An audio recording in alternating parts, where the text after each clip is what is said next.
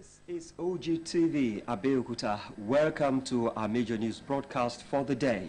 My name is Adewale Dusubu. Ogun State government refutes claim of facilities denial of governor-elect's transition team.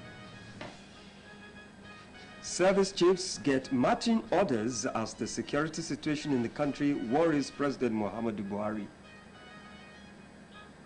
French military forces free 4 hostages held in Burkina Faso. Attitude is a little thing that makes a big difference. The news: federal government achieves cumulative deep water output of 3.2 billion barrels of oil. This and other business stories in a short while. I am Wijisola Shulaja. And on sport news tonight, NFF rules out Eagles Morocco friendly, restates Zimbabwe Senegal's commitments. I will be back for more sporting stories later on the news. My name is Moses or Jewumi. Stay with us. Now the details. The Ogun State government has refuted claims that it is denying the governor-elect's transition team access to some of the state-owned facilities for inspection ahead of the May 29, 2019 handover date. A statement by the Special Advisor to the Governor on Information and Strategy, Rotimi Duraye, says the allegation is false, malicious, unfounded, distasteful, and unsavory from the incoming administration. The statement further says, in an effort to invest some of their bogus claims with invented credibility, the Transition Committee of the incoming government is quick at divulging correspondence to media organizations solely for the purpose of campaign of disinformation and blackmail against the outgoing government. It adds in a general reply to request for the inspection and availability of key government facilities by the Deputy Governor-elect, Engineer Mrs. Naimot Salako-Yidili, the Secretary to the State Government, Barrister Taiwo Adeoluwa, itemized some of the challenges faced by the outgoing government on some of the government facilities. He listed major government programs that will be going on at some of the facilities at the period under requests. He was, however, categorical that other named facilities will be handed over to the Transition Committee on Wednesday, May 15, 2019.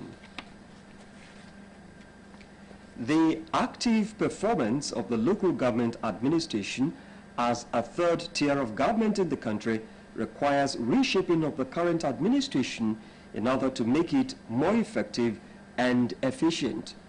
The guest speaker, Professor Ayodele Olukoto, made this known while delivering a paper during the 3rd annual Oba Dr. Sikiru Adetono Professorial Chair in Government in honor of the revered monarch on his 85th birthday, held at the Odutala Hall, Ijebu-Ode. Kule Ibikole's report is presented in this package.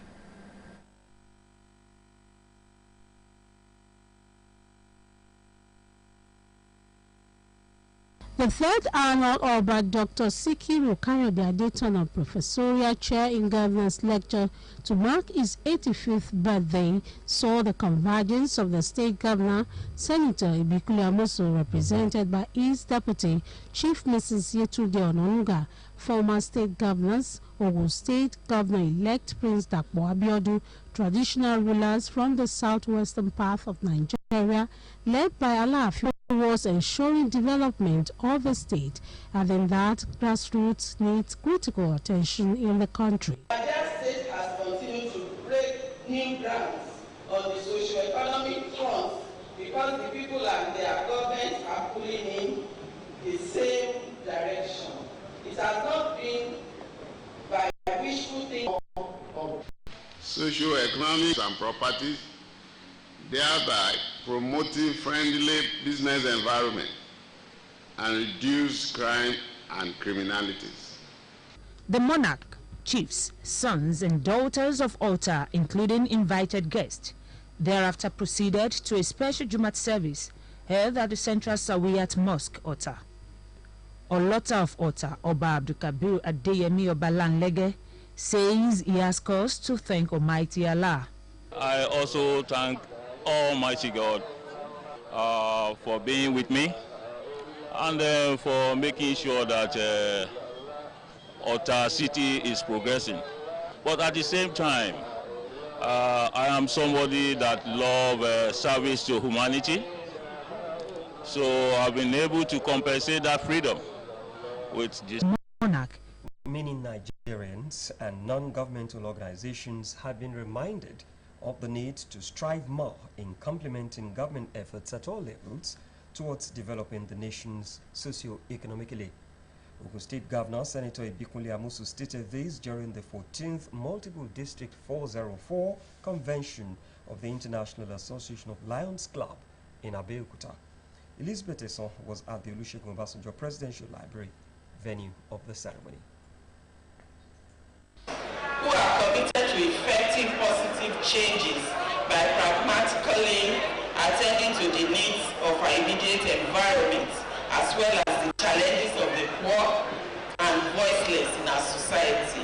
The International Secretary and the Chairperson, Multiple District 404 Nigeria, speak on the theme of this year's convention. All we do in our lives is service to mankind. And we are saying service, fulfillment, because if you cannot be fulfilled with what you are doing, then you are doing whatever you are doing in vain. And it is only when you serve that you can receive service. It's only when you serve that you can receive joy and fulfillment. Former President of Nigeria, Chief Olusegun Obasanjo, in his keynote address, encouraged members of the club not to relent in their efforts at contributing meaningfully to the development of the nation, while the state's Deputy Governor-elect, Engineer Noimot Salako, who is also a lion, enjoined members to always utilize every opportunity they will be exposed to in the club for greater achievements. A symposium was later aired by the Lions family and women in collaboration with New Voices, organizer of the program, where speakers dwell extensively on empowerment of women, education and protection of girl child, and benefits derived from being a member of Lions Club International. In their different speeches, the chairperson organizing committee and that of the symposium speak on the need for women to be given their rightful opportunity to deliver maximally. Women are passionate about service, added to the ability to multitask. Lions Club provide opportunities. A block of 5 classrooms, 16 toilets, and 2 e-libraries have been handed over to the First Baptist Primary School Ijaya Abeokuta, while a Water for Life project to serve about 4,000 community people was also commissioned. Permanent Secretary, Ministry of Education, Science and Technology, Mr. Ola Aikulola, said the donation made by Coca-Cola Nigeria through its foundation is in line with the corporate social responsibility policy of the Ogun State government. Charity James has the details of the handover ceremony. First Baptist Primary School, founded in 1910, located within Ijayo Jale community, has turned out generations of old pupils. With the age of the school, it is expected to have old structures which needed attention. Before the intervention of Coca-Cola Nigeria through its foundation and Youth Empowerment Foundation, the old structures have turned new as renovation work was done, and most importantly, a block of 5 classrooms with its facilities, e-library, 16 toilet facilities were donated. We also went ahead to rehabilitate the existing ones. That for us is the culture of sustainability. The foundation laying of the project was carried out on April 20th, 2018 and completed just in a year. To the main donor, Coca-Cola Nigeria, the efforts of multi-stakeholders have shown that there is need to sustain developmental projects, especially in education. This project was funded by the Coca-Cola Foundation, and it's called the New World Project in partnership with Youth Empowered Initiative, Foundation. So today, what we are celebrating and handing over today, it's a project that was recommended by the Son of the Soul. The government appreciates public-private partnership arrangement and gives necessary framework for its success. Just recently, the board distributed a set of computers to selected public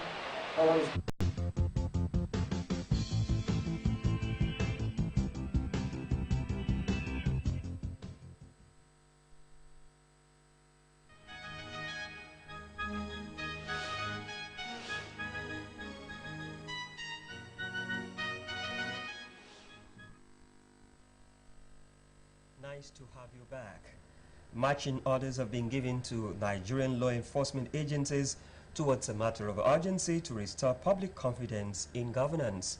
President Muhammadu Buhari, who gave the orders, described the prevailing state of fear, uncertainty and apprehension in the nation's security as the situation which is very disturbing and intolerable. This was at a strategic meeting with service chiefs and heads of other security agencies in his office. The crucial meeting, in response to the prevailing challenges of security in some parts of the country, is the second to be summoned by President Buhari in 48 hours. In attendance were the Minister of Defense, National Security Advisor, security chiefs led by the Chief of Defense Staff, Chief of Defense Intelligence, Acting Inspector General of Police, as well as Director General of the Department of State Services and the National Intelligence Agencies. For about 3 hours behind closed doors, the security chiefs gave account of their various initiatives and interventions to either nip in the bud potential threats to security or confront the various criminal elements now threatening the peace and security of the country. Being one of such strategies, there had been a remarkable drop in the number of kidnappings. What normally would attract attention is when the key person in government or perhaps is kidnapped. But on the whole, the number of kidnappings has dropped, and generally I think the security situation is improving as well.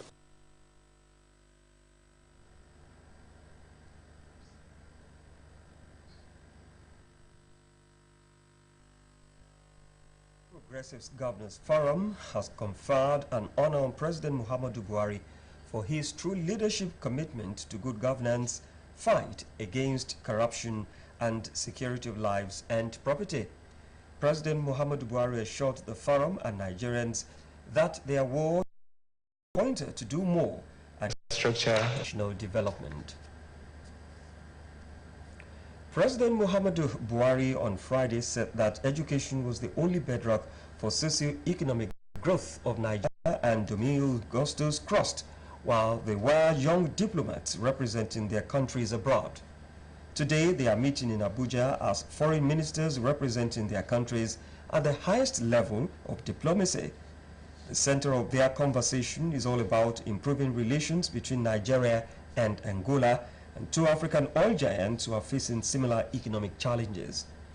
After a closed-door meeting, the two ministers emerged to sign a memorandum of understanding that talks about convening the Nigeria-Angola Joint Commission to consolidate on the areas of mutual interests.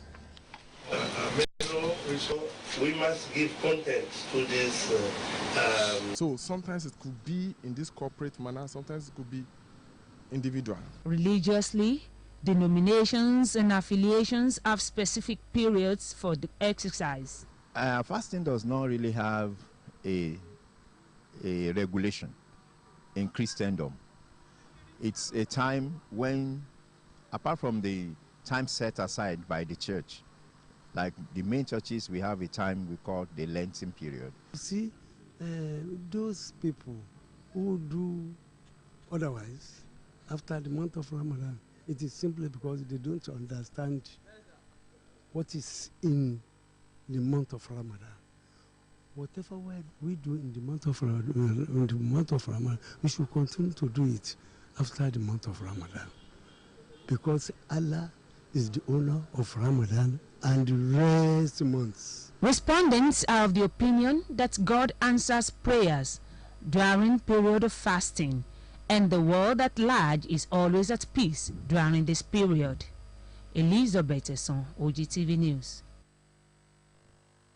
God is the only solution to all challenges affecting the socio-political growth of the country. The Diocesan Bishop of Egba West Anglican Communion, Right Reverend Samuel Ogundeji, stated this during the third session of the fourth synod of the diocese. Dignitaries, including the state governor, Senator Ibikunle Amosu, attended the event held at St. Matthew's Church, Mowe, Ogun State. Yusuf Ganiu reports. The Diocese of Egba West Church of Nigeria Anglican Communion is established with the mission and vision to further promoting the gospel of Christ. The third session of the Fourth Synod of the Diocese is tagged, "What Shall We Do?", taken from the Acts of Apostles, chapter 2, verse 37. In his charge, the Diocesan Bishop of Egba West, Right Reverend Samuel Ogundeji, stressed that acknowledging God's will is the only way to surmount all challenges affecting the socio-economic growth of the country. The church must go back to its former way so that it can be the conscience of the state. Because now it is difficult to differentiate between the world and the church. Right Reverend Ogundeji also advised both the federal and state governments to be alive to their responsibilities, especially in the area of insecurity. The church must pray fervently for our leaders in the country so that they will be led by the Holy Spirit to do the bidding of the Lord, which in turn will bring peace and joy to the citizenry. The Secretary to the State Government, Barrister Taiwo Adeoluwa, also appreciates Christians for their support in the last 8 years. The Christian community is a huge stakeholding bloc. It's a huge group, and we aren't in doubt that these past 8 years they have been interceding for us before the Almighty, and it has shown. What shall we do? Our Lord Bishop has said it all. We all owe a duty to move closer to the Almighty God, to seek His face and His approval at all times. While launching the bishop charge, dignitaries reflect that the theme of the anniversary is apt, considering the situation of the economy and political system in the country. Have faith in God, and no other way other than our Lord Jesus. Because it takes courage to ask that question. Many people don't know what they can do, but they never ask. It takes humility to ask, because if you are too arrogant, you will not ask. Nobody, and